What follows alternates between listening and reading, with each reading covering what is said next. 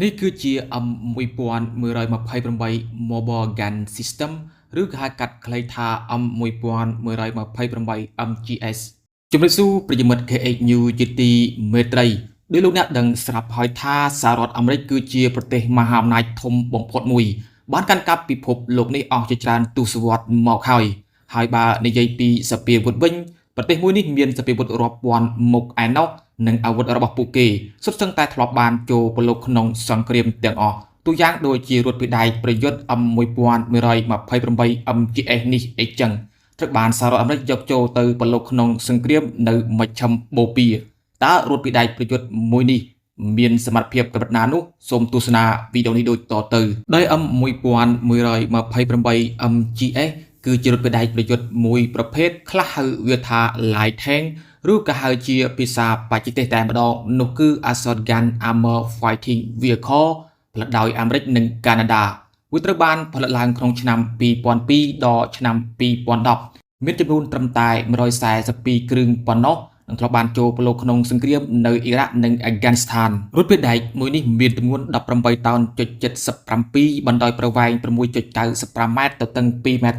.72 កម្ពស់ 2 ម៉ែត្រ.64 ប្រើប្រាស់កង់ 8x8 និងម៉ាស៊ីនមានកម្លាំង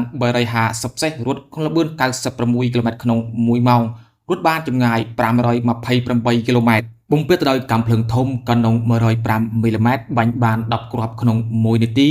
និងកាំភ្លើងយន្ត 12.7 មីលីម៉ែត្រ M2 Browning មួយដើមឬក៏កាំភ្លើងយន្ត 7.62 M240 កាំភ្លើងបាញ់ក្របបែក MK19 និងបំពង់សម្រាប់បាញ់ក្របបែក M6 រថភេដាយគាំទ្រដល់ការប្រយុទ្ធថ្មើរជើង M1128 MGS អាចទប់គ្រាប់បាន18គ្រាប់និង8គ្រាប់ច្រករួចជាស្រេចដើម្បីត្រៀមប្រយុទ្ធដោយមានប្រព័ន្ធច្រកគ្រាប់ដោយស្វ័យប្រវត្តិប្រព័ន្ធសម្រាប់មើលនៅពេលយប់កាមេរ៉ាសម្រាប់ឆ្លុះមើលគោលដៅសត្រូវដែរនៅឆ្ងាយនិងតាមទីកំបាំងនានាវ៉ាន់តំណែង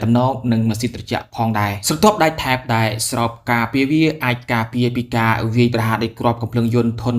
14.5 មីលីម៉ែត្រនិងកាំភ្លើងយន្តធុនស្រាលនិងការពារមីនដែលបង្កប់ក្នុងដី M1128 MGS ប្រើប្រាស់កម្លាំងទាហាន3នាក់សម្រាប់ប្រតិបត្តិការសពថ្ងៃនេះវាត្រូវបានសហរដ្ឋអាមេរិកដាក់ឲ្យចូលនិវត្តន៍ហើយគឺការពីឆ្នាំ2022កន្លងទៅដើម្បីធ្វើការកែលម្អនៅការប្រើប្រាស់សពាវុធរបស់ខ្លួនឲ្យទាន់ស្ថានភាពពិភពលោកបច្ចុប្បន្នសហរដ្ឋអាមេរិកត្រូវដាក់រថភេដាយចំនួនថ្មីបំពាក់កាំភ្លើងយន្ត30មីលីម៉ែត្រប្រើប្រាស់ក្នុងកងកម្លាំងយោធារបស់ខ្លួនជំនួសឲ្យអាវុធមួយចំនួនដែលហ៊ូសេរី